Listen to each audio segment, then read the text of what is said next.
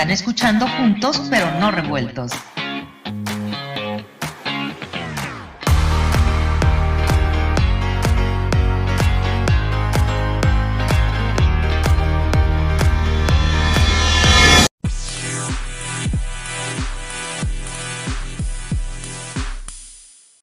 Hola, ¿qué tal amigos? ¿Cómo están? Bienvenidos. El día de hoy tengo el gusto de recibir a la periodista, la gran periodista mexicana, Anabel Hernández, a quien me da muchísimo gusto saludar y tener por primera vez aquí en nuestro programa. Querida Anabel, bienvenida, un gusto saludarte y un honor. Al contrario, gracias por la invitación. Muchas gracias. Igualmente, gracias a ti por aceptar. Y bueno, Anabel, hay mucho de qué platicar porque tu historia en sí es una historia, creo yo, bastante interesante. Hay muchas cosas que platicar sobre ti. Eh, Eres periodista, pero además has pasado por muchísimas cosas, has tenido vivencias de todo tipo, y sabemos, Anabel, que como mexicanos y compatriotas, que en México ejercer el periodismo es posiblemente igual o más peligroso que lo que puede ser el oficio o la carrera de un policía o un soldado.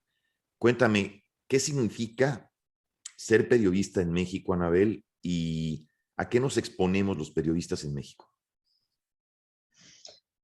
Bueno, yo te puedo decir que desde mi primera experiencia de trabajo, que como periodista, que fue en el 93 con el periódico Reforma, cuando se estaba fundando este importantísimo periódico en México que vino a cambiar muchas de las dinámicas viciadas que existían, que estableció nuevos códigos de ética a sus reporteros, a la línea de los editores, etcétera, etcétera, un periodismo independiente. Bueno, yo me formé ahí. Y lo que te puedo decir es un poco muy breve testimonio de lo que viví en ese momento cuando entré hasta hoy en día y cómo ha cambiado la dinámica del periodismo, evidentemente no solo para mí. Yo te pido que tomemos mi caso como un ejemplo de lo que han pasado la gran mayoría de los periodistas de mi generación. Entonces estamos hablando de que yo recuerdo en el 93, cuando llegué a Reforma, yo pedía noticias finales de las demarcaciones que me tocaba cubrir en el municipio de Naucalpan, en el Estado de México.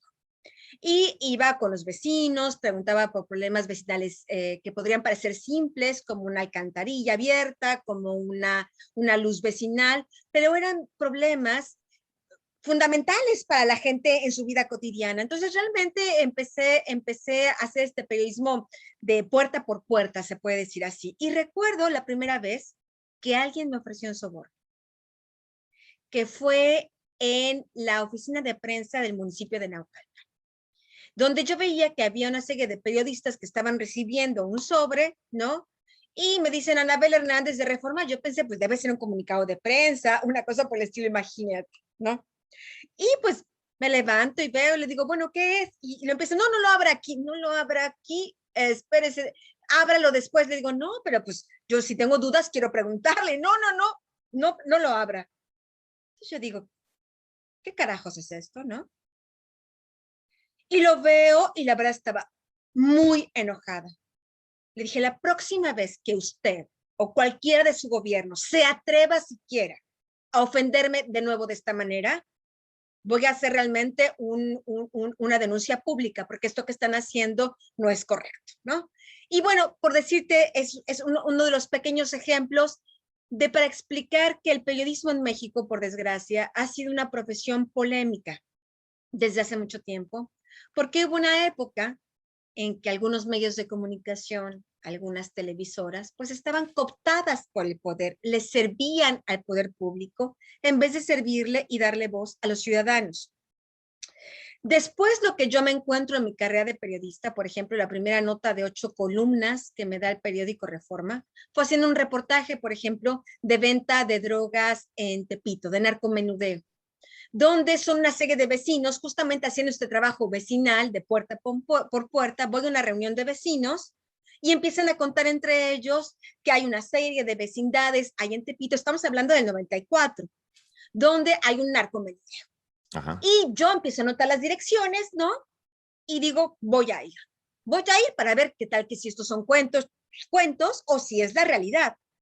Entonces, escuché, anoté las direcciones y yo misma fui con mi fotógrafo a ir tomando nota de que si esto era real o no. Y era real y es ahí donde tomamos fotografías escondidas, etcétera, etcétera. Y hago mi breve reportaje sobre el narcotráfico en Tepito, cuando todavía no existía este cártel que es la Unión de Tepito, la Unión Tepito, etcétera, etcétera. Recuerdo que ahí fue mi primera amenaza de muerte, donde alguien llamó por teléfono al teléfono que yo tenía ahí en mi lugar y me dicen, si tú continúas con esto, te vamos a violar y te vamos a matar. De ahí a ahora, la verdad es que la situación del periodismo en México se ha vuelto todavía mucho más complicada e infernal, porque esta colusión entre narcotráfico y autoridades es una cuestión cotidiana en México, donde tienes a las autoridades corruptas, el narcotráfico, estos conviviendo en la misma cama, en la misma mesa, en el mismo lugar, ¿no? Compartiendo beneficios entre gobierno y crimen. Los periodistas en México hoy tenemos que hacer esta tarea cada vez más complicada, donde tú sabes que México se ha convertido en el país más peligroso para ejercer periodismo, Así es. donde tan solo en el año del COVID, en el 2020, 19 periodistas fueron asesinados en México, pese al lockdown, aunque se supone que todo estaba cerrado, aunque la mayoría de los delitos disminuyó incluso en México justamente por este lockdown, aunque el mundo entero se paralizó, bueno, no el homicidio de periodistas, porque lo que ha pasado es que en un sistema criminal como el existe en México, que existe desde hace años, donde el gobierno y los criminales comparten un mismo negocio, el único factor de riesgo no es el Congreso, no es la Suprema Corte de Justicia, son las fiscalías, son los periodistas de investigación, los únicos que hemos llegado a tocar los intereses de esos grupos criminales. Y por eso México se ha convertido en el país más peligroso para ejercer periodismo. Recientemente, en un informe que dio a conocer la organización Artículo 19, Anabel, indican que se llama Voces en Disputa, indican que el 99.5, 99.7% de los casos de agresiones a periodistas permanecen en la total impunidad. Y hace poco, pues vimos a un presidente López Obrador atacar severamente a esta organización, que es una organización que defiende a los periodistas y la labor de los periodistas, no solo en México, sino a nivel mundial, acusándola, tachándola de una organización conservadora, diciendo que exageraban y que mentían en sus datos, que estaban manipulados por los conservadores, etc., etc. Entonces, vemos este golpe duro, por un lado, artículo 19, pidiendo que se le proteja a los periodistas en México, algo que también se asume que fue parte de lo que se trató en la última visita de la vicepresidenta de Estados Unidos, Kamala Harris, a México. Pero por otro lado vemos que de pronto la Organización de Derechos Humanos o la Comisión Nacional de Derechos Humanos protege, por ejemplo, a San Juana Martínez, que es la directora de Notimex, cuando estamos viendo todo lo que está pasando en Notimex con esta huelga interminable que llevan ahí, y no vemos una acción que respete el trabajo de los periodistas que simplemente difieren del pensamiento del actual gobierno. ¿Qué piensas tú de esto? Y tú mencionas que los medios estaban cooptados. ¿Tú piensas o crees que hoy en día puede que haya también medios cooptados actualmente? Mira, por desgracia, el sistema político mexicano es un sistema político muy aquilosado, donde la gran mayoría de los políticos que hoy vemos ocupando puestos en la Cámara de Diputados, en la Cámara de Senadores, como gobernadores, el propio presidente de la República, Andrés Manuel López Obrador, vienen de ese sistema aquilosado, de ese viejo sistema donde no hay nuevas concepciones de cómo hacer las cosas. Tomando en cuenta que todos estos políticos vienen con una serie de prejuicios y de vicios del pasado, evidentemente vemos que este gobierno no es muy diferente a los anteriores. Yo no quisiera solo hablar de la terrible situación que existe ahora, porque la terrible situación que existe ahora existía en el pasado.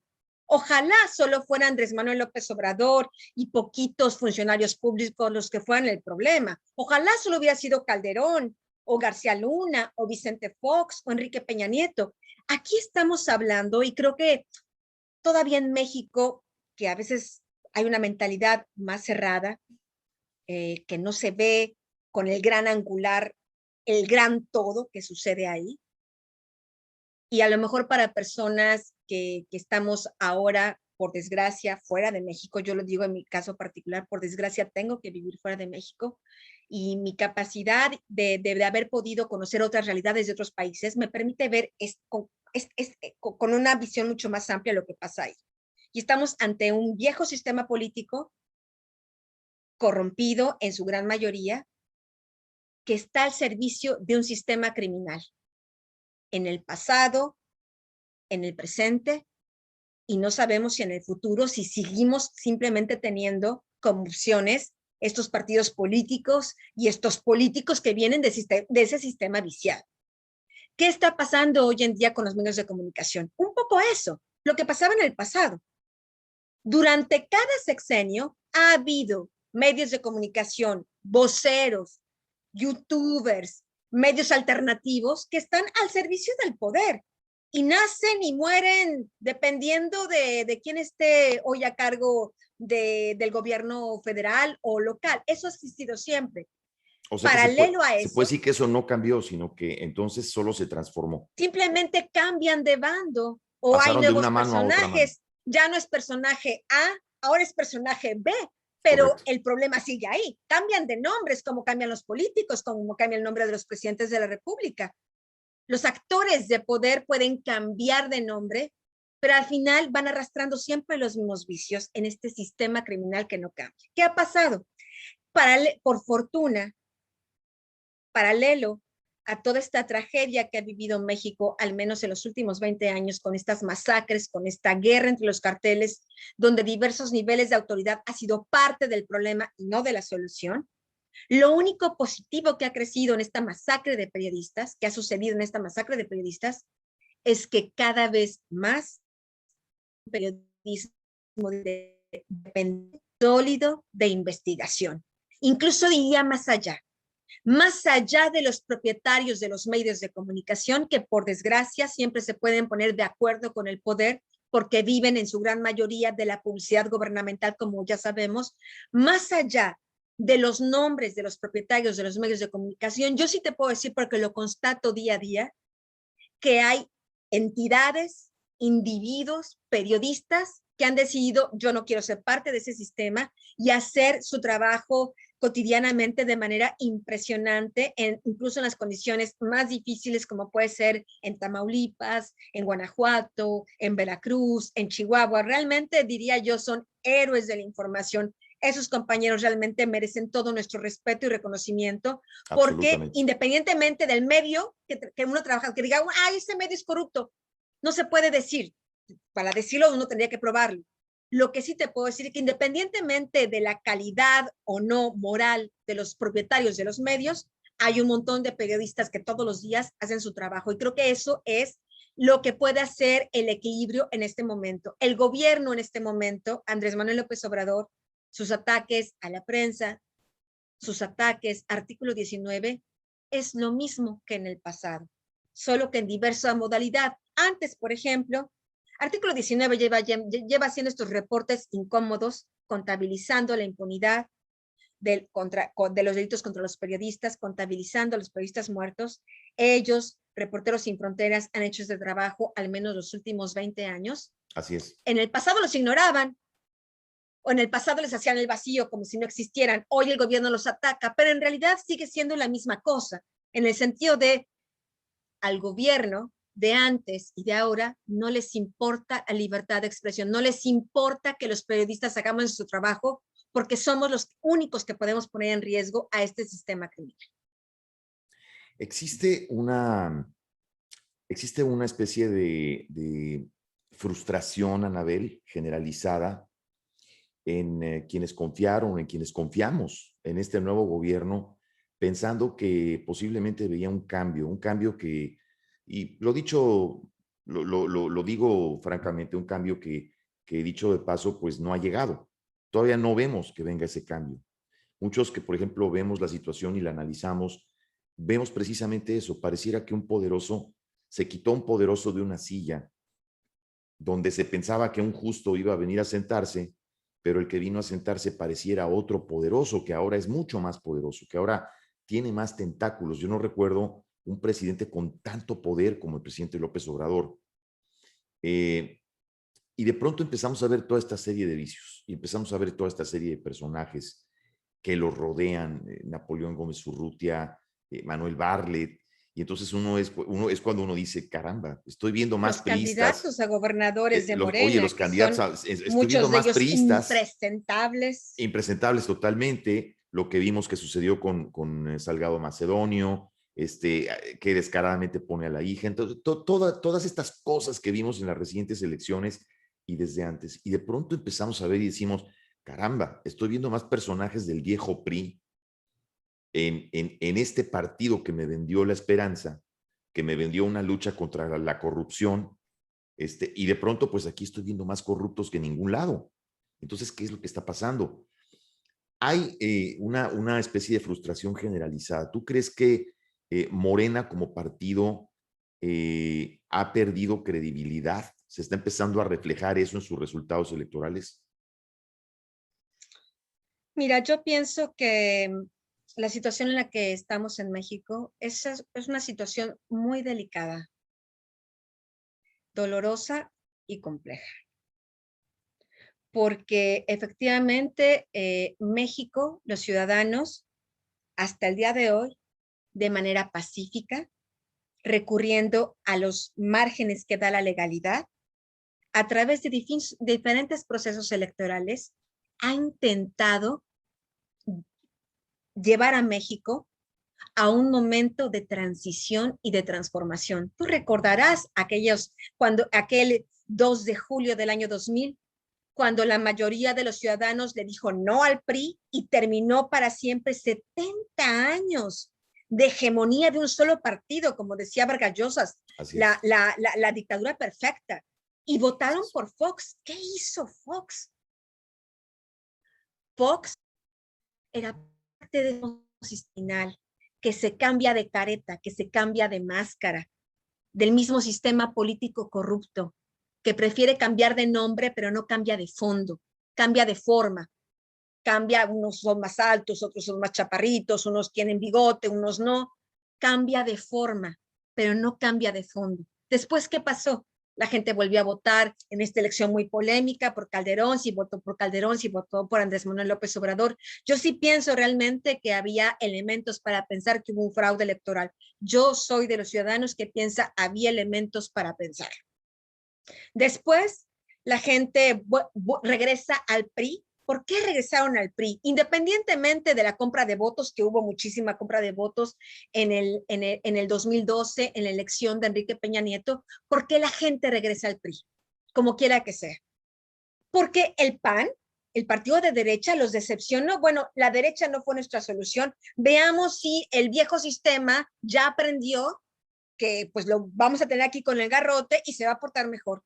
No, fueron todavía más cínicos, el saqueo de Pemex, todos estos escándalos realmente que han sido terribles e impunes. Y entonces la gente dice, ok, una vez la moneda al aire, le damos la confianza a Andrés Manuel López Obrador. Este sí va a llegar a cambiar. Él dijo que iba a cambiar con el sistema.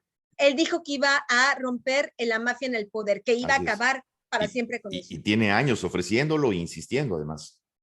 Pero ¿cómo va a hacerlo si la mafia en el poder está ahí sentada con él en el Palacio Nacional?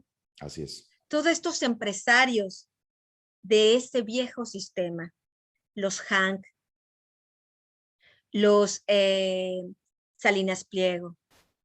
La vieja oligarquía, digamos. Están los Olegario Vázquez Raña, los Vázquez Raña, ahí están con él. Lo primero que hizo es nombrarlos como asesores de su gobierno. Cuando uno ve este tipo de nombramientos, te das cuenta que ahí está la trampa. No habrá cambio. ¿Cómo va a haber cambio Si el presidente se asesora de los mismos de siempre, si los senadores, diputados, funcionarios públicos son los mismos de siempre, si él mismo no puede cambiar, si él mismo repite una y otra vez los viejos vicios del pasado. El cambio de México no puede ser solo de forma verbal, de lengua, como decimos en México, de lengua me como un taco. Yo no quiero escuchar el discurso, ¿no? La homilía de cada día cuando yo salgo a la calle y veo, sí, el sacerdote hoy, nuestro jefe máximo, dijo que México ya cambió, que cero corrupción. Pero cuando yo voy a la calle, me siguen extorsionando. Cuando voy a la calle, cuando soy empresario, tengo que seguir dando diezmo a los contratos que me da la Sedena, a los contratos que me da Pemex, cuando me ofrezco para vender medicinas, los diezmos siguen existiendo. El pago de sobornos sigue existiendo. Algunos cínicos se atreven a decir, bueno, pero ya no es del 30%, ahora es del 15%. No ha cambiado. No ha cambiado. No ha cambiado y me parece que por muy frustrante y agotador que puede ser para los ciudadanos esta inmovilidad, este status quo de este sistema corrupto que no se mueve, me parece que es ahí donde nuestro país,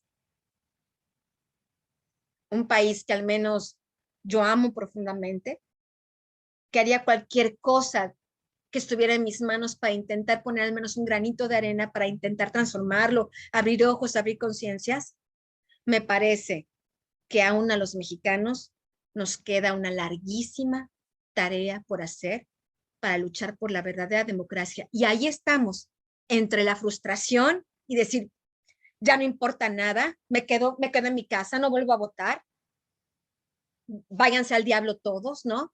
Mejor me dedico a mi vida, a mi pequeño mundo, tratar de hacer algo por mis hijos, etcétera, etcétera, o hacer algo colectivo por el país. Y me parece que aunque estemos fatigados, aunque estemos desesperados, desilusionados, tenemos que seguir apostando por la vía democrática, por la vía de la legalidad, para encontrar un camino para nuestro país, un camino donde ese viejo sistema corrupto que sigue hasta hoy, este sistema político, este sistema criminal, no tenga cabida. Tenemos que irle cerrando paso. La fe ciega no ayuda en nada. Sin embargo, todavía, Anabel, vemos una clase media acomodada. A mí me sorprende porque, por ejemplo, de repente vemos una clase media acomodada, una clase todavía amorfa, muy poco participativa. Yo siento que la gente, y tú, como bien lo dices, nos falta mucho por aprender, pero también nos falta ser más participativos políticamente. Pareciera que hay una clase de gente, un grupo de gente que está como muy conforme, muy en su zona de confort, que dice, bueno, ¿para qué voy a votar? O no voy a votar, o simplemente, pues es que me tengo que ir de vacaciones con los niños porque la escuela y las vacaciones. Y entonces hay todavía que aprender mucho, pero también falta mucha cultura política en gran parte de esa clase media acomodada, conformista, que tiene que participar más en estas cosas. Y me sorprende, fíjate, ver un presidente, y como bien lo mencionas, un presidente que pareciera haber llegado como con muchos compromisos al poder, Anabel, que teniendo todo el poder, porque tiene todo el poder, todo el dinero, toda la capacidad económica, toda la infraestructura, todas las posibilidades de poder realmente hacer ese cambio que necesitamos los mexicanos, lejos de ir mejor, pues vamos peor. Entonces uno se pregunta, ¿por qué este presidente o este gobierno, que teniéndolo todo, que teniendo toda la oportunidad, no hace que el país camine mejor? Y pareciera que viene precisamente jalado de grilletes de esos compromisos preelectorales. Recientemente acabamos de ver unas elecciones, Anabel, en donde pues vimos cosas raras.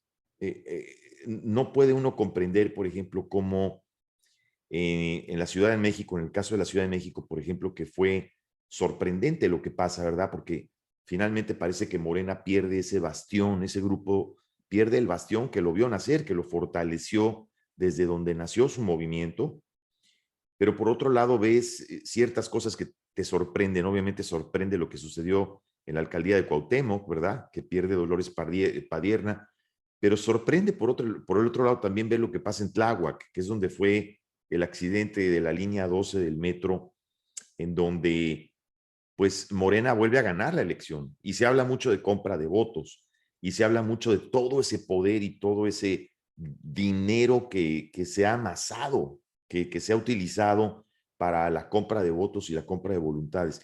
¿Qué piensas tú de esto? Y también por el otro lado, ¿qué piensas pues de esta famosa franja del Pacífico que ganó Morena y que vista desde un mapa, Anabel, de México, pues se ve muy extraña esa franja del Pacífico que va pues de punta a punta y que termina en San Diego y que ha dado mucho de qué hablar también?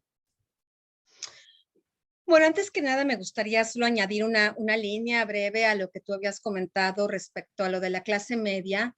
Y yo no pienso honestamente que tenga que ver con una clase social esta actitud de es mejor que no cambie nada. No tiene que ver con una clase social, tiene que ver con una mentalidad de algunos sectores en México. De cualquier clase social te los puedes encontrar, donde hay una mentalidad de al menos así sobrevivo, algo me cae, algo me salpica, sí hay un montón de sangre, pero algo me salpica del dinero ilegal que circula o de algunas prebendas que circulan y me quedo aquí acomodado.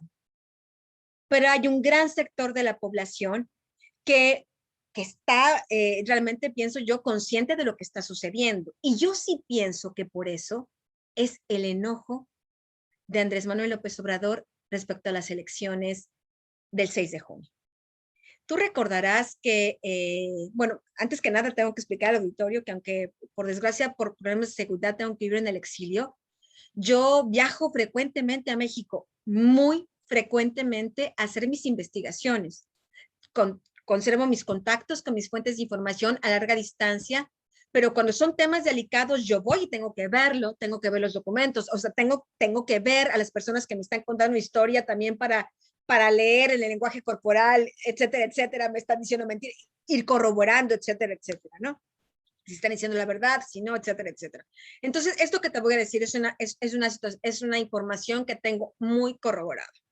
Antes de las elecciones había una preocupación del gobierno de perder más gubernaturas y había una gran preocupación de perder la Ciudad de México. Ocurre la elección del 6 de junio y lo primero, al día siguiente, lo primero que nos dice el presidente es estoy feliz, feliz, feliz. Yo creo que quienes entendemos este tipo de expresiones y quienes tenemos a esta época del pasado que está hoy en el presente, pero que viene de esas formaciones del pasado, sabemos que lo que quiere decir en una buena parte es lo contrario. Él no estaba feliz, feliz, y así lo demostró en los siguientes días cuando empezó a sacar todas estas ofensas, toda esta actitud negativa, toda esta actitud realmente incendiaria en contra de la sociedad, de un sector de la sociedad, ¿no? Un sector que a él es el que lo cataloga clase media, ¿no? Que supuestamente no votaron por él. Él dice que no votaron por él, primero por ignorantes, ¿no? Porque se dejaron engañar, y después por egoístas, y después fue subiendo el tono. Pero en contraparte, dice que el crimen organizado se portó bien. Y uno ve cómo quedó ahora la geografía, la geopolítica y la distribución del narcotráfico en México. ¿Quién ganó? ¿Qué territorios? ¿En qué territorios ganó el partido Morena? ¿Qué organizaciones criminales están principalmente en esos territorios? Y uno dice, pues, ¿por qué se portaron bien? Yo empecé a preguntarme, ¿por qué se portaron bien? Y es ahí cuando uno entiende una serie de fenómenos realmente muy, muy preocupantes que realmente obliga a estar realmente muy vigilantes del gobierno. Por ejemplo, el tema de Sinaloa, el tema de Rubén Rocha Moya. Sí, sorprendente. Es un tema mucho más preocupante de lo que yo misma había pensado. El primer reporte que yo publico en la Deutsche Welle sobre Rocha Moya fue en abril de este año, donde yo afirmo categóricamente, después de haberlo confirmado con gente cercana a Rocha Moya, que él tenía vínculos con el cártel de Sinaloa, que el Mayo Zambada le había dado ya la bendición, que había dicho sí, nos parece bien que el partido del presidente, Morena, gobierna aquí el Estado, nos conviene, está bien, nos arreglamos, ¿no? Ahora la información que tengo, porque voy ampliando mis informaciones, voy ampliando mi investigación, es que estos contactos de Rocha Moya, quien ya es el gobernador electo del estado de Sinaloa, quien estará gobernando esa entidad por el partido Morena, el partido del presidente de la República, el que dice que se acabaron las tranzas, el que dice que va a sacar la mafia del poder, etcétera, etcétera. Bueno, el señor Rocha Moya tiene contactos con el Mayo Zambada, se reúne con él, no Así solo es. de ahora, al menos desde la elección presidencial del 2018. Y es ahí donde las cosas se ponen todavía mucho más preocupantes, porque te das cuenta que el partido en el poder, el partido que llega a la presidencia de la República, llega ya de antemano, de una u otra forma, penetrado por el crimen organizado, igual como ocurrió en el pasado. No estoy diciendo, esta es la primera vez que este tipo de cosas suceden. No, de nueva cuenta, repito, este sistema criminal, este sistema político, que no importa cómo se llamen los personajes, siempre encuentran la manera de clonarse, de sobrevivir, de mantenerse. Bueno, pues ahí tiene el señor Andrés Manuel López Obrador, un gran infiltrado del cártel de Sinaloa, que es el señor Rocha Moya. Lo hicieron senador por Morena y después lo imponen como candidato de Morena a la gubernatura de Sinaloa. Y es un hombre que tiene un historial mucho más largo del que podríamos pensar. ¿De qué se trata entonces esto? Es ahí donde tenemos que tener mucha precaución de lo que está sucediendo. E independientemente de que los ciudadanos tengan una fe ciega o no al presidente, me parece que ninguna fe ciega ayuda en este tipo de circunstancias y que lo único que ayuda, incluso a un presidente con el nivel de aprobación que tiene Andrés Manuel, incluso un presidente que ganó en una elección muy legítima como la que ganó Andrés Manuel en el 2018, Así donde es. millones votaron por él, lo que más le ayuda a este hombre es que los ciudadanos sean críticos, que estén despiertos, que estén alertas. Porque yo sí creo que independientemente de todas las desilusiones que pueda haber, y podemos aquí sentarnos horas de hablar como no se ha modificado ni un ápice la pobreza, como no hay menos pobres, como no hay más empleo, como no hay más seguridad, como hay menos incautación de droga, como hay menos incautación de marihuana, como hay más producción, etcétera. Vamos aquí a hacer todo un diagnóstico de cómo no han funcionado las cosas, independientemente del enojo, de la frustración. Los ciudadanos están obligados a exigirle a este gobierno que cumpla.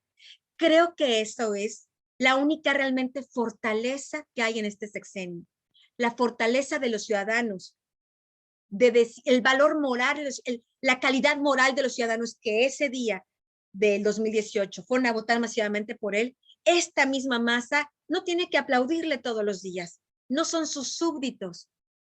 Ellos lo eligieron, no él los eligió a ellos. Ellos eligieron al presidente en turno. Y con este empoderamiento de la sociedad tiene que exigirle, tienes ahora que cumplir. Tienes una serie de funcionarios corruptos involucrados con el narco, pues tienes que ser tú el primero. Pongamos que tú no supieras, queremos creer que tú no supieras, en un hipotético caso de que el presidente no supiera. Bueno, pues demuéstranos que no estás involucrado y sanciona. ¿Pasará eso? Pero mucha de esta gente que dices, Anabel, que solamente aplaude, que no analiza, que hoy en día muy vehementemente invitan a participar en esta consulta para juzgar a los expresidentes, muchos de ellos incluso amigos míos con los que yo prefiero no discutir de política porque a veces pareciera una labor interminable, ¿no? Hacerlos entender. Eh, Increíblemente siguen aplaudiendo a este gobierno, a pesar de todo, a pesar de que todas las señales y las pruebas están ahí. Y nos sorprende, Anabel, aparte, obviamente, de lo que, como bien mencionas, lo de Sinaloa, aparte de todo este circo que vimos que pasó en Guerrero, hay casos que no podemos comprender, ¿no? Por ejemplo, yo no puedo comprender todavía lo de Campeche, yo no puedo comprender lo de San Luis Potosí, yo no puedo comprender lo de Sonora. Bueno, lo de Sonora te diría que tengo mis teorías, pero las tenemos creo que todos, pero no puedo comprender eso, no puedo comprender incluso lo de Nuevo León. Hay cosas que uno no puede entender que sucedieron en esta elección, en cómo se dio ese cierre, en cómo se dio esa voltereta, pero que de pronto cuando ves esa franja en el mapa del lado del Pacífico te deja pensando muchas cosas. Y yo pienso que algo de lo que pues más frustra de esta actual administración, Anabel, es de que su principal promesa fue el combate a la corrupción. Entonces uno diría, bueno, a lo mejor algo aquí les está fallando, pero si tu principal promesa, tu principal bandera de campaña fue la lucha contra la corrupción, y a quien tienes solamente en la cárcel en la lucha contra la corrupción, pues es a Rosario Robles, y entonces lo que haces es que tienes a corruptos como candidatos, que a esos sí los pones en puestos claves y los tienes como funcionarios públicos, pues uno no entiende, ¿no? Bueno, realmente es una situación, como comentábamos, compleja. En el sentido, yo creo que hay dos maneras de leer lo que pasó en las elecciones. Y yo creo que son cosas paralelas, no son cosas que se contrapongan. Por un lado, si tú ves cómo cambia el mapa electoral en México, yo creo que mucha gente de buena fe votó por por un cambio, por un relevo en el poder. Nuevo León elige a este candidato extraño, pero la gente dirá es de otro partido, entonces es alguien diferente. En Campeche votan finalmente, después de tantas veces, por Laida Sansores. Bueno, hay ahí un cambio. La gente vota por una nueva opción. En esta desesperación de no encontramos soluciones, todos son lo mismo, PAN, PRD, PRI, Morena, todos son lo mismo. Entonces, los que eran de Morena cambiaron a otra cosa. Los que eran de otra cosa se fueron con Morena. La gente buscando democráticamente salidas. El tema es que la gente va a este juego democrático con las cartas marcadas, con un juego falso, finto, porque en realidad no hay opciones. Porque de nuevo, la gran mayoría de estos candidatos, tanto los de Morena como los supuestos nuevos, etcétera, etcétera, vienen del mismo sistema. Por eso no vamos a encontrar soluciones. Y eso será frustrante para tantos de estos electores pensando, ok, voté por una transición, voté por un cambio, voté por algo diferente. Cuando descubren que no es lo vean quiénes empiezan a ser los secretarios de Seguridad Pública y los secretarios de Finanzas, etcétera, etcétera. Verán, pues son los mismos de siempre. Pues sí, esa es el gran fracaso, el gran defecto de esta supuesta democracia y partidocracia que tenemos en México, donde unos saltan a otros, unos mismos saltan a otros partidos, etcétera, etcétera, y nunca veremos gente nueva en las boletas, ¿no? Por otra parte, tenemos el caso, por supuesto, de la delincuencia organizada, que la delincuencia organizada, independientemente de estos ciudadanos que voluntariamente fueron y votaron por un cambio, pues también en paralelo hubo una operación de delincuencia organizada. Quien no reconozca esto está mintiendo. Que El incitó caso de al voto. Sinaloa, sí, Ajá. para movilizar el voto, para que las elecciones fueran hacia un sentido y no a otro. Y yo te puedo decir, por ejemplo, de dos cosas que he leído y una que me consta. Está el caso de Sinaloa, donde diferentes medios de comunicación, incluyendo Río 12, hablaron del secuestro de familiares de candidatos, del secuestro de responsables del PRI, de encargados de movilizar el voto, de representantes de casillas que fueron amenazados, secuestrados, para que Morena pudiera ganar de manera, pues, directa, sin ningún tipo de obstáculo y sin ningún tipo de riesgo de perder. No es que no fuera a perder, ya iba adelante, pero este operativo te habla de, es solo para estar 1000% seguros, por si las moscas, hacemos esto, porque así no habrá duda de que nuestro candidato el candidato del Mayo Zambada, que es Rubén Rocha Moya, gane sin ningún problema. Está el caso, por ejemplo, del Estado de México. La revista Proceso ha estado publicando una serie de reportes donde hablan que también diferentes grupos criminales en el Estado de México estuvieron actuando para impulsar el voto a favor del partido Morena, el partido oficial, y en contra de otros candidatos de oposición. En el caso, por ejemplo, específico de Tláhuac, está el caso de que una banda criminal de narcomenudeo estuvo pagando votos para Morena. Que es el a cartel gente de de, muy el bajos cartel de recursos. Tláhuac. Yo no sé si es el cártel de Tláhuac. Lo que te puedo decir es que todo el mundo sabe, es incluso judicialmente probado, porque hay personas que están en la cárcel, de que el cártel de Tláhuac es el que controla Tláhuac. Lo que yo te puedo decir categóricamente es que hay una banda de narcomenudistas que no sé si pertenecen directamente al cártel de Tláhuac o si son organizaciones independientes que estuvieron pagando el voto. Estuvieron desde 15 días antes ofreciendo de 300 a 500 pesos a los ciudadanos de las colonias más humildes, estas colonias que son las aledañas a donde se cayó el metro de la línea 12, en esta área de la colonia Olivos, sí, de esta zona de la Nopalera, de esta zona de Tláhuac. Bueno, ahí es donde particularmente está este grupo criminal, este grupo de narcomenudeo estuvo comprando votos, y ahí tuviste las filas el 7 y 8 sí, de julio para donde estaban pagando el voto a estas personas. Hubo videos de ese momento, yo los presenté con Carmen Aristegui, quien quiera verlos puede ir a ese día y presentarlos. Los presenté el primer miércoles, el segundo miércoles después de las elecciones. Ahí la gente lo puede buscar en el sitio de Aristegui Noticias, ahí están los videos. Y después yo fui a México directamente a corroborar la información, obtuve testimonios y bueno, ahí está la información muy clara y muy sólida de que hubo compra de votos de criminales a favor de Morena. Y entonces es ahí donde de nuevo uno se pregunta, ok, estuvo por un lado la votación de la gente que quería un cambio en diferentes estados de la República. Por otro lado estuvo la influencia de diferentes organizaciones criminales. Entonces estamos hablando de, por desgracia, una elección que yo la llamaría 100% legal y democrática. Se ha hablado mucho, Anabel, aparte obviamente del crecimiento del crimen organizado, de la militarización.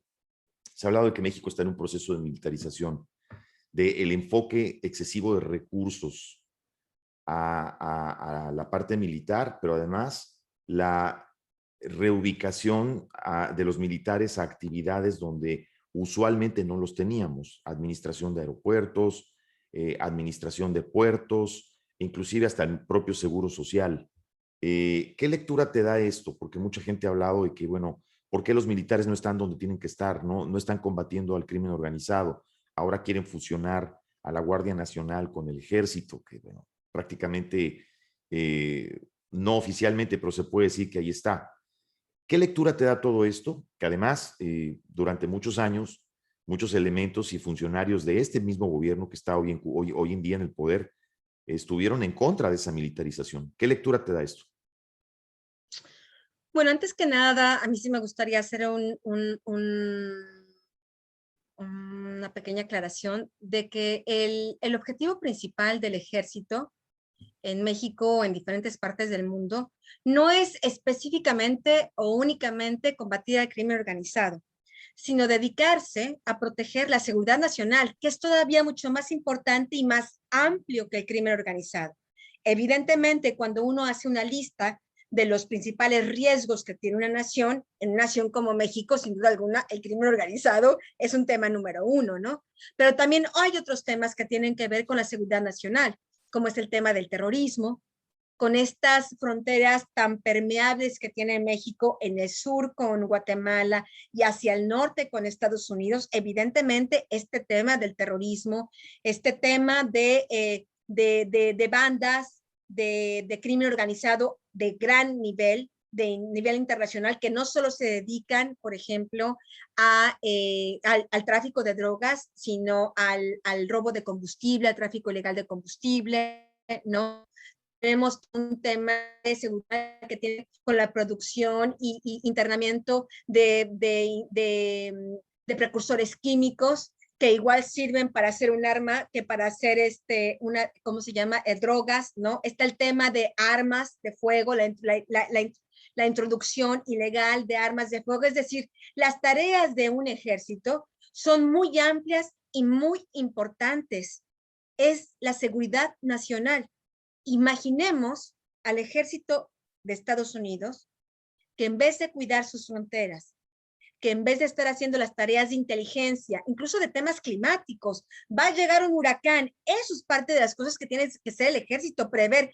Va a pegar por acá, tenemos que hacer un plan, tenemos evacuación, etcétera. Evacuación, protección en desastres naturales, así es correcto. Un montón de tareas fundamentales que hace el ejército. Así Imagínate un país con los retos que tiene México o Estados Unidos, por eso hacía un poco este parangón del ejército de Estados Unidos, pues cuidando cruceros o cuidando carreteras del ejército de Estados Unidos. ¿Y quién se ocupa entonces de los temas fundamentales? Para eso se supone que hay una serie de divisiones de poderes y de divisiones de tareas. Así está marcado en la Constitución y está marcado en las diferentes leyes que existen en México.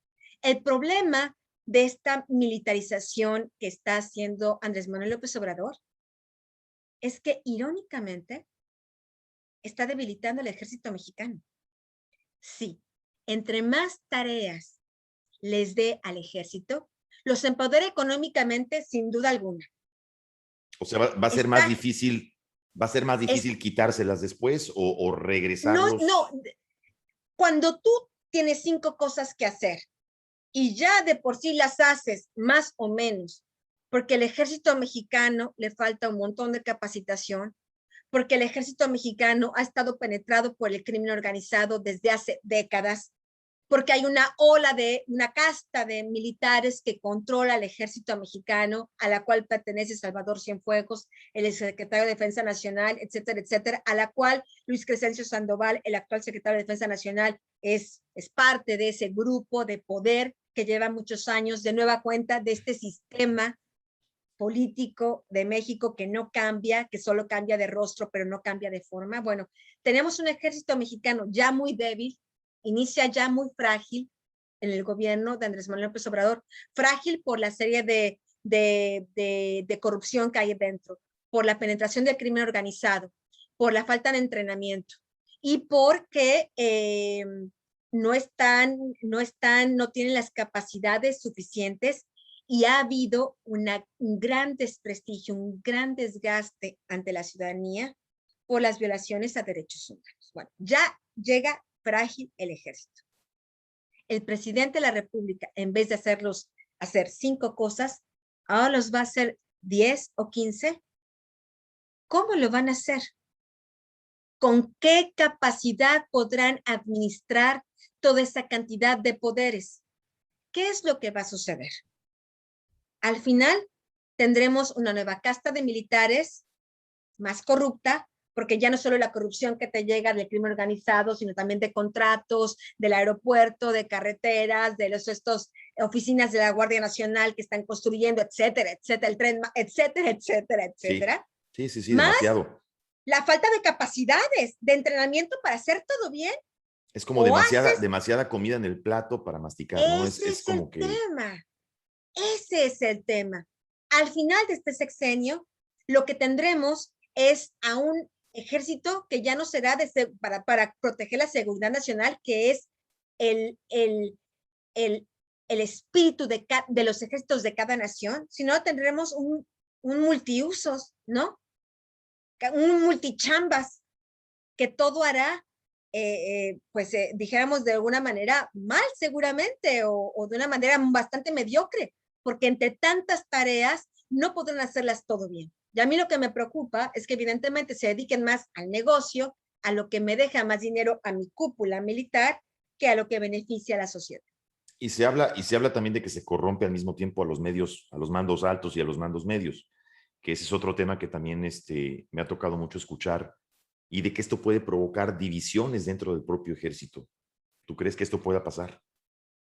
El ejército está ya dividido. En realidad, desde al menos el sexenio de Felipe Calderón, su ejército ya quedó muy fracasado, muy por esta sobreexposición en la falsa llamada guerra contra el narcotráfico, ¿no? Y bueno, ahora tenemos un ejército que está dividido, donde hay sectores que no están de acuerdo, hay sectores que piensan que esto que pasó en el famoso Culiacanazo, Ajá. donde se captura y dejan libre a Ovidio, hay una clase militar, un grupo criminal que se siente ofendido, que se sigue sintiendo ofendido, que piensa había otras maneras de resolver el asunto sin que quedara el ejército humillado de esa manera, ¿no? Había maneras de detenerlo, de llevarlo, de consignarlo ante un juez, con algunos costos que podía tener para el ejército, pero están muy preocupados de que esta exhibición de falta de autoridad, pues haga todavía más frágil la ya muy pobre imagen del ejército mexicano, ¿no? Y por otra parte, están los que, pues, cuentan el bolsillo, dice, me cae más dinero, denos más obras y denos más aeropuertos y denos más trenes Maya, porque hay ahí en la Sedena un grupo que está haciendo dinero y que están haciendo negocios. De acuerdo a alguna serie de empresarios que he empezado yo a entrevistar desde hace más o menos un año. Fíjate que hace poquito que escuchábamos estas declaraciones del gobernador Silvano Aureoles sobre el tema de Michoacán, Anabel, que bueno, a más de uno, ¿no? Nos dejaron impactados. Y nos ponemos a pensar, ¿privilegia esta actual administración por sobre todas las demás a la organización del cartel de Sinaloa? Yo no lo tengo claro todavía. Te voy a decir por qué. Yo llevo investigando esta situación ya desde hace un tiempo, desde al menos el año 2019. Fue la primera vez que yo empecé a escuchar estas versiones desde el mismo gobierno, porque hay gente dentro del gobierno que no está de acuerdo con el rumbo que están tomando las cosas, y hay gente en el gobierno en diferentes áreas donde están anotando ¿y por qué esta persona que es súper corrupta, que es amigo de narcos, está ahí al lado del senador y sale en fiestas y sale abrazando y sale con la AMLO? ¿Por qué está pasando estas cosas? Bueno, a mí se me informó que había un subsecretario de Gobernación, Ricardo Peralta, un hombre muy, muy cercano a Olga Sánchez Cordero, la que es todavía la secretaria de Gobernación, que estaba haciendo reuniones en diferentes partes de México para llegar a una negociación con las diferentes organizaciones para tratar de establecer una especie de paz en México, para una pacificación en México, en donde el objetivo era reducir la criminalidad que afecta directamente a los ciudadanos, las masacres, robos, secuestros, a cambio de dejar a los carteles seguir con su negocio transnacional de tráfico de drogas. Un poco como funcionaba durante los 70 años del PRI, como funcionó con el gobierno de Fox y Calderón, que bueno, ellos negociaron solo con el cártel de Sinaloa, pero era lo mismo, ¿no? Queremos, te protegemos a ti para que tú impongas la paz, cártel de Sinaloa, ¿no? Lo cual sabemos no ocurrió, no tuvieron éxito en este plan, un plan que iba acompañado con muchas maletas de millones de dólares, por supuesto. No era de buena fe, queremos pacificar, al menos en el gobierno de Felipe Calderón no era solo queremos pacificar y ya, no importa a qué costo, sino que ellos recibían millones y millones de dólares de soborno, ¿no? García Luna, etcétera, etcétera. Después tenemos a un gobierno como Enrique Peña Nieto, que pues definitivamente estaba, pues sí, estuvo en muy buena parte cooptado, auspiciado por el cártel de Sinaloa. Ahí están los testimonios en el juicio del Chapo Guzmán, donde se afirma que la campaña presidencial de Enrique Peña Nieto fue auspiciada, recibió dinero del cártel de Sinaloa. Actualmente, más parece, este hombre, Ricardo Peralta, se reunía con unos y con otros. Se reunió con el Mayo, se reunió con criminales en Michoacán. Lo que está diciendo Aureoles, yo no sé, yo no tengo pruebas, no estuve ahí, yo puedo asegurar lo que vi en Tláhuac. Lo que está diciendo Aureoles, yo no lo sé. Lo que sí sé, Lo que sí sé es que este hombre, Ricardo Peralta, que era subsecretario de Gobernación, iba a reunirse con grupos criminales a nombre del gobierno de Andrés Manuel López Obrador en Michoacán. Eso sí lo sé. Y que se reunía con otras personas, con otros grupos criminales, diciendo, yo soy el pacificador del gobierno, me estoy reuniendo, haciendo la paz. De una manera u otra, estas negociaciones se interrumpieron y Ricardo Peralta salió intempestivamente de la Secretaría de Gobernación en el año 2020, el año pasado. Hubo noticias, y están publicadas en los diferentes medios de comunicación, que Ricardo Peralta estaba siendo investigado. Extrañamente, cuando Ricardo Peralta se va de la Secretaría de Gobernación, la señora Olga Sánchez Cordero, la secretaria de Gobernación, emite un comunicado donde le da las gracias al señor Ricardo Peralta por sus servicios a la nación. Bueno, pues parte de estos servicios a la nación, de acuerdo a la secretaria de Gobernación, pues fue justamente negociar con estos criminales. Entonces, cuando uno ve este tipo de denuncias, uno tiene que concatenar la información, ¿no? Así es. Yo cuando escuché lo de Aureoles, no sé si eso pasó en las elecciones. Lo que sí sé es que el gobierno de Andrés Manuel López Obrador, a través de Ricardo Peralta, sí estaba en contacto ya con grupos criminales. Y esto me lo corroboró un exmiembro de un grupo criminal que trabajaba ahí también en Michoacán. Tú como periodista, Anabel, obviamente te has especializado en la materia, has seguido estos fenómenos del crimen organizado desde hace décadas en tu trayectoria, lo que te ha costado pues muchas cosas también a nivel personal. O sea, has tenido que pagar derechos de piso muy fuertes en tu vida, no solo en tu carrera, sino en tu vida personal. Hablando un poquito de este tema y sobre todo, pues ya que estamos en el asunto Sinaloa también, escribes este libro que se llama El Traidor. Es un libro polémico, es un libro que ya es bestseller. Ese es tu libro, digamos, más reciente, donde nos platicas, donde cuentas esto que sucedió con el Mayo Zambada. ¿Nos podrías contar un poquito acerca de este libro, de tu último libro, El Traidor? Bueno, la verdad es que mi método de investigación mis investigaciones son investigaciones de largo aliento.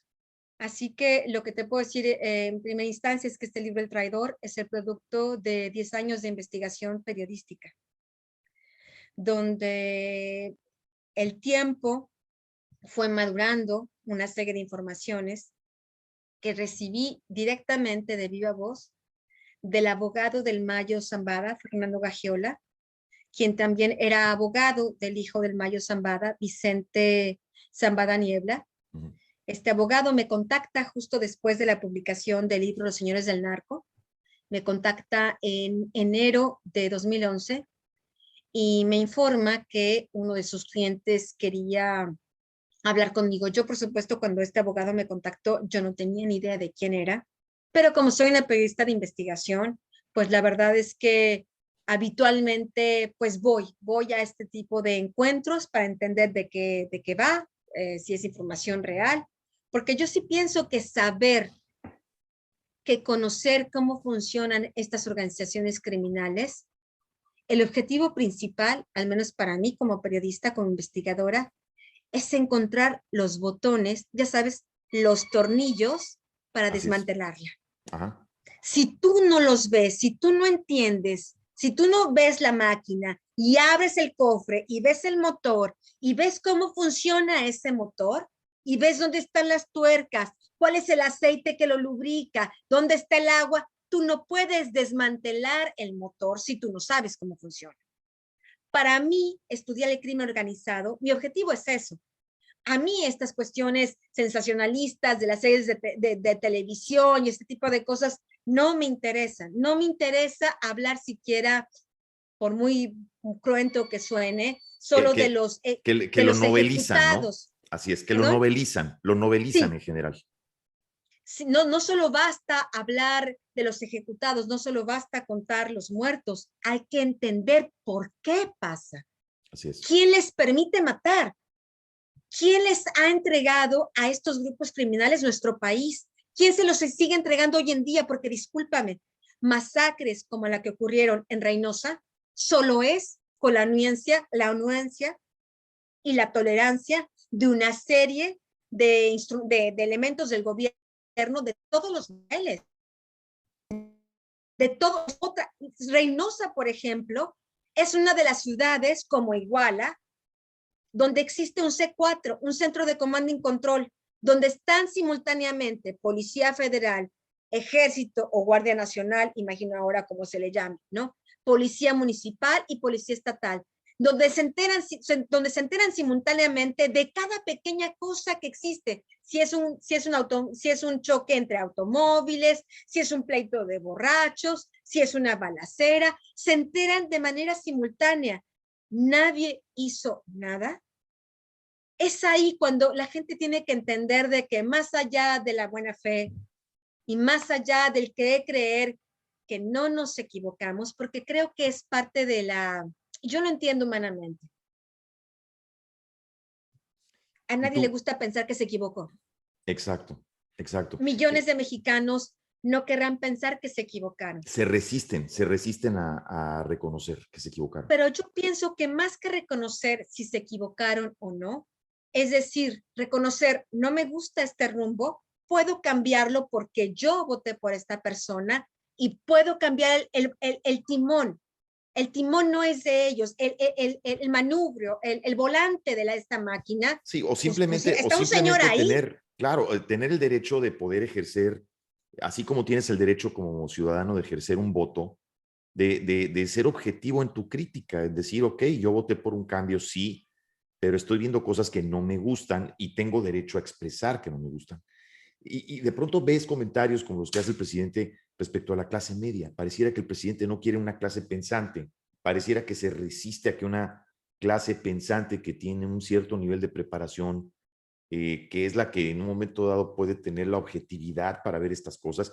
Y vuelvo a lo mismo, hace ratito tú mencionabas, como bien lo mencionabas, no es una cuestión de clasismo, pero él sí atacó específicamente a una clase con un cierto nivel de preparación, se refirió específicamente a esa clase. Y ahí sí no tiene que ver, creo que la parte económica, basta con tener preparación indistintamente de dónde venga uno, si tus raíces son humildes o no. Pero me refiero a que pareciera que hay un cierto miedo, una cierta preocupación a la objetividad, a la crítica, a ejercer la opinión. ¿Tienes tú también esta misma percepción? Sí, y yo la verdad debo decir que yo veo a un mandatario, a un jefe del Ejecutivo, que está terriblemente preocupado, que todas estas actitudes de confrontación con la ciudadanía, porque qué extraño, él no se confronta con el crimen organizado, él casi ni habla de ellos como si no existieran. Y cuando habla de ellos dice que se portaron bien en las elecciones. O cuando habla de ellos, dice que por favor no hagan enojar a sus abuelitas y a sus mamás. Así, como muy paternalista, les habla con paciencia, como si fueran sus cuates, como si fueran la manada que hay que vienen causar, ¿no? Pero a otros sectores de la sociedad, ¿cómo es agresivo, no? Pareciera que, pues ahí están sus enemigos y no los narcos. Pareciera que los narcos no son los enemigos de Andrés Manuel, sino es la gente que no opina igual que él. Llámese periodista, llámese sociólogo, llámese politólogo, llámese ciudadano de a pie, llámese ciudadano de clase media. Todo aquel que no piense por él, como él, son sus enemigos. Pero los narcos no. Es ahí donde uno dice, hay algo aquí que no encaja. Si la gente no quiere ver, que lo repitan, que se pongan a ver si alguien tiene la paciencia, que yo no la tengo, pero si alguien tiene la paciencia, de repetir todas las mañaneras, de volverse a sentar y escuchar las mañaneras, desde que empezó el gobierno hasta ahora, que nos digan por qué este trato diferenciado del presidente, muy gentil y muy amable y muy tolerante con los narcos, pero muy intolerante con la gente que no coincide con él, que tiene su derecho humano de no coincidir con él. Así o de coincidir a veces y a veces no. Y cuando no coincides, entonces eres eres malo, eres corrupto, ¿no? Por ejemplo, a mí me parece realmente extraño, digo, porque por supuesto nosotros como periodistas, nuestra discusión, al menos la mía, no es de confrontarme con los ciudadanos. Los ciudadanos ya bastante hacen con sobrevivir en un país como México todos los días. A mí lo que mi confrontación es con el poder. Quien yo no es de por qué tu poder, por qué tu persona que estás en el poder, te llames como te llames, estás haciendo lo que estás haciendo, ¿no? El presidente Andrés Manuel López Obrador hace un año cuando detienen a Genaro García Luna, decía Anabel Hernández, una periodista muy valiente, una periodista que, ¿cómo la ninguneaban? Dijo él, fue la palabra que hizo él, que dijo él. ¿Cómo la ninguneaban? Casi, casi pobrecita, ¿no? No le escuchaban y cuánta razón tenía. Qué valiente. Y ahora sus huestes, o espontáneas o no espontáneas, ¿no? Se enojan, se irritan como el presidente, ¿no? Pero Cuando, sí, cuando se uno... irritan por tu objetividad. Ese es el punto, que tú mantienes una objetividad periodística y pareciera que entonces se empiezan a irritar contigo cuando entonces, pues, entras tú en ese terreno de la objetividad, de la crítica que se tiene que criticar.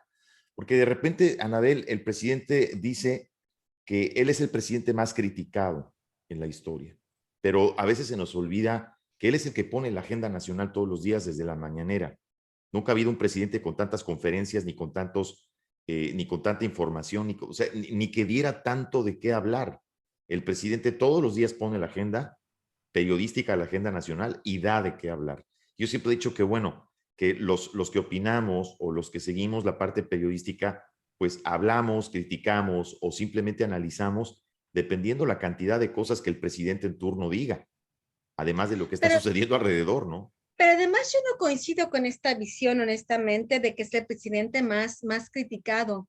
Tú recordarás en el sexenio de Ernesto Zedillo, con Sí, todo esto, yo diría que ahí, al menos cuando yo ya tuve más madurez como ser humano, a darme más cuenta de qué pasaba en torno, ¿no? Los caricaturistas con Cedillo fueron duros. duros, El tema del Fobaproa, los durísimo, escándalos periodísticos que se publicaron. Bueno, a Cedillo no le fue bien. así Lo es. único que le pudo hacer salvar un poco la cara y que que no detonaran más los escándalos también de vínculos del narcotráfico de su familia de su familia con el narco, bueno, fue la transición, ¿no? Fue haber dejado la pelota caliente a Vicente Sí, Fox. Y a Vicente Fox, ¿cuánto lo criticaron? Bueno, ahí también, estuvo el Toalla Gate. sí. Yo Lo que estoy recuerdo que haciendo hoy A fue lo Fox le mismo que pegaban hice durísimo, siempre. le pegaban a Fox durísimo por lo menos 2, 3 veces por semana Y con la esposa y con la esposa. Era el la bombardeo, traían en bombardeo. jabón. Y Sí, además, habría que decir, ameritadamente, se lo merecía la sí, se lo merecía. señora. Por supuesto que se lo buscó. Porque era una corrupta, porque tenía a sus hijos allá haciendo negocios, porque Así es. gastaba dinero público en sus vestidos, en sus joyas, etcétera, etcétera, ¿no? ¿Y qué decir de Calderón? Sí, también. Los moneros, por cierto, Helguera, el compañero Helguera, que por desgracia Sí. murió este fin de semana, bueno, era uno de los más duros, no lo ridiculizaban con estos uniformes militares enormes, ¿no? Y después con el tema de Genaro García Luna, etcétera, etcétera. Y luego Enrique Peña Nieto, bueno, no, me parece que lo único sano que ha pasado en estas últimas décadas es que los ciudadanos nos hemos empoderado en general, y los periodistas también, en criticar y cuestionar al poder, ¿no? Así que me parece que estos lamentos de Andrés Manuel López Obrador, pues, pues de verdad, cuando uno empieza a ver, no corresponden a la realidad, ¿no? Como muchas de otras cosas que él dice, lamentablemente no corresponden a la realidad. Definitivamente. Anabel, en tu libro Los Señores del Narco, que por cierto, este fue el que leí completito, hay una parte que me llama la atención, haces la alusión en la parte histórica, sobre todo a través del cartel de Medellín, donde explicas cómo el cartel de Medellín, aparte de que se vuelve el cartel más poderoso, empieza a permear fuertemente en el nacimiento del narco en México. ¿Se ha vuelto el narco en México ya una institución que está más allá o muy por encima de los gobiernos? Es decir, gobierno que está obligado a sentarse a negociar con el narco. aquella historia que tú señalas de Pablo Escobar y de cómo se conecta con los carteles mexicanos, tú recordarás que un ingrediente importante era la participación del gobierno de Estados Unidos en ese cóctel explosivo. Como la CIA ayudó a Pablo Escobar y su grupo criminal a unirse, a reunirse con el grupo de Miguel Ángel Félix Gallardo, con el llamado Cártel de Guadalajara, para utilizar México como droga, ¿no? A cambio de que estos grupos criminales le pasaran parte de sus ganancias para financiar a la contra nicaragüense. Porque en ese momento, y como es muy frecuente en el gobierno de Estados Unidos, en su pragmatismo también desalmado, ¿no? Les importa más la geopolítica y que no lleguen gobiernos de izquierda o comunistas a la legalidad y a la salvaguarda de su propia gente. Esas alianzas provocaron que en Estados Unidos creciera más la llegada de drogas y por supuesto el consumo. Pero bueno, ese elemento es importante porque lo que vivimos en México no es un problema solo de México y no es un problema que concierne solo a los mexicanos. Hay un montón de ingredientes transnacionales que tienen que ver con esto. Los grandes Empezando consumidores por el de consumo, drogas claro. están afuera. Así es. Los bancos que lavan el dinero de estas organizaciones criminales que operan en México están afuera. Las armas, muchas de las armas con las que hay estas matazones infames en México, vienen de afuera. Entonces estamos hablando de que sí, nosotros ponemos los muertos, ponemos los temas para Netflix, ¿no? Los Narcos 1, y Narcos 2, y Narcos 20, ¿no? Y todas las series que te puedas imaginar del folclore mexicano de los narcos. ¿Y los demás? Sí, son los buenos, son los intocables. Esta dinámica del mundo es lo que está provocando la crisis en México. Claro, una crisis que empeora porque este sistema político y el sistema criminal en México es el nicho, es la matriz que engendra a estos grupos criminales que hoy han crecido tanto, por ejemplo, como el Cártel de Sinaloa, como lo menciona el libro El Traidor, que hoy tienen presencia en más del 60% del planeta. De ese es el tamaño de problema que tenemos en México. Y que el presidente diga que se portan bien y que el próximo gobernador de Sinaloa sea parte de su organización criminal o tenga acuerdos o sea amigo o tenga el beneplácito de su organización criminal que tiene presencia el 60% del planeta, estamos hablando de un problema mayúsculo. Tú me dices, hoy el gobierno de México puede controlar al crimen organizado.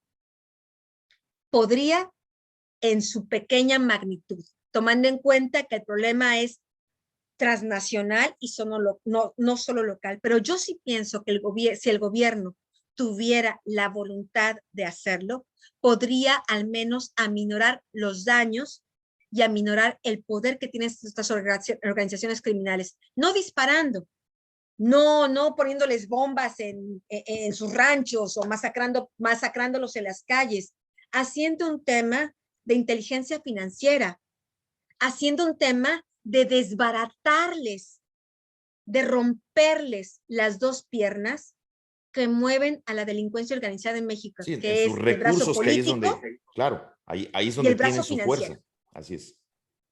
El día que ya no haya gobernadores que estén puestos o amigos o compadres o con la bendición de los crímenes organizados, ya ese es un avance, ya ese es un avance. El día que tengas a lavadores de dinero que no estén sentados con el presidente de la República, pues eso ya será un avance. Pero si siguen todos simulando, no pasa nada cuando pasa todo, esa es la peor situación, porque en este momento no solo el gobierno no quiere hacerlo, y no quiere hacerlo de ninguna manera, nadie le está diciendo al presidente, ve y haz una masacre nacional, no, se le está pidiendo, actúa de manera inteligente. Hay muchos botones que oprimir para ir desmantelando, al menos disminuir su poder, sí se puede hacer sin violencia. El problema es que no solo no se piensa en esto, sino me da la impresión, y tal vez esto sea lo más triste de todo, que pareciera que el gobierno de México no piensa que esto es necesario. Cada vez que el presidente habla de cómo eliminar al narcotráfico en México, habla de de métodos utópicos e inalcanzables, porque no entiende que son utópicos e inalcanzables, o porque en realidad no quiere y no lo ve como un grave problema. No, lo vemos en las mañaneras, es más problema la clase media y cómo votaron algunos ciudadanos democráticamente no a favor de él que los grupos criminales. Y de nuevo, es ahí un discurso que no es solo un discurso, no es solo lo que dice el presidente en la mañanera, que hace cuando ejerce el poder. Definitivamente, o en otras palabras, lo que a veces pareciera ser necesario, que es encauzar el agua o reorganizar su trayectoria, pues terminan por solamente dejarla correr. Querida Anabel, de verdad te quiero agradecer muchísimo. Creo que es una plática súper interesante y podríamos estar horas. Es una plática dura, es una entrevista realmente para reflexionar de todos los mexicanos, absolutamente, indistintamente en el partido que estemos, porque además yo quiero aquí aclararle al auditorio que nos ve y que nos escucha, no es una cuestión de partidos, esto es una cuestión que aqueja a todos los mexicanos y que nos hace daño a todos los mexicanos, indistintamente el partido, indistintamente, perdón, la inclinación política que tengamos, el daño es para nuestro país, para los mexicanos y para las futuras generaciones. Y de verdad, querida Anabel, te quiero agradecer tus palabras, tu apertura, tu sinceridad, y te externo mi admiración y mi respeto. Te agradezco mucho, y a mí, si me lo permites, si quisieras puntualizar.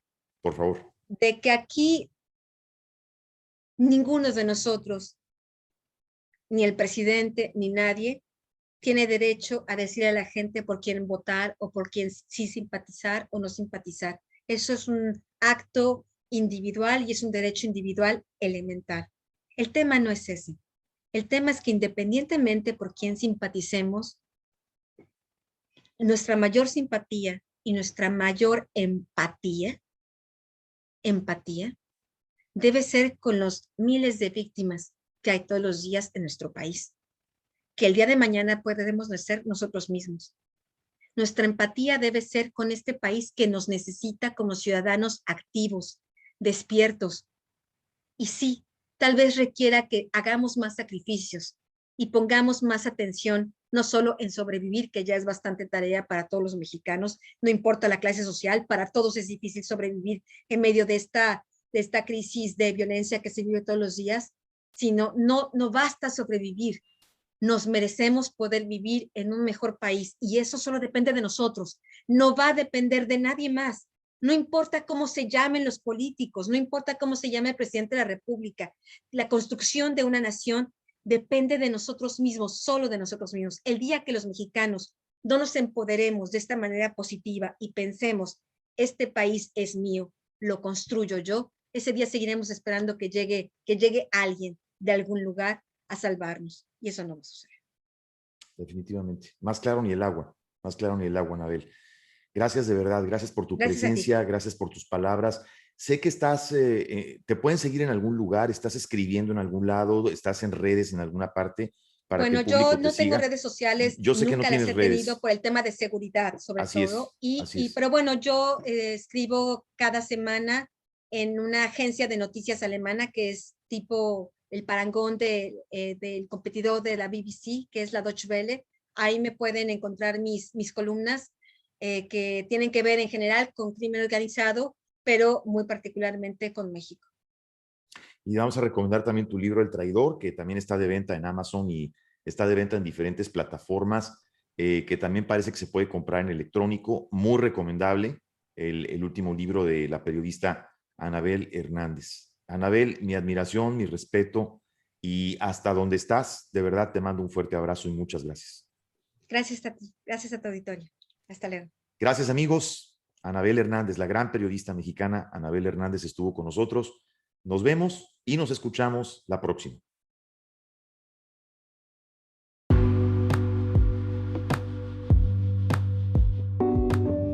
Estás escuchando Juntos pero no revueltos.